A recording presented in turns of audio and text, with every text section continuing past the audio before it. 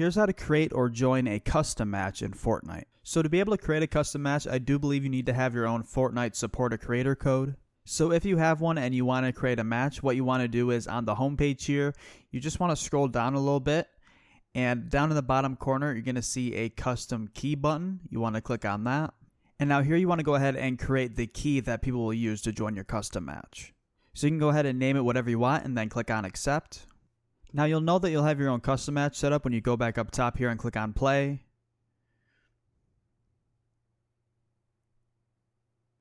And you're going to see a button here that says start match, and you're also going to see the players that are queued up for your custom match. Now if you're trying to join someone else's custom match, you just want to make sure that you have the exact game mode selected that the host has. And then again, you want to come down and click on custom key and then enter in the key that the host made.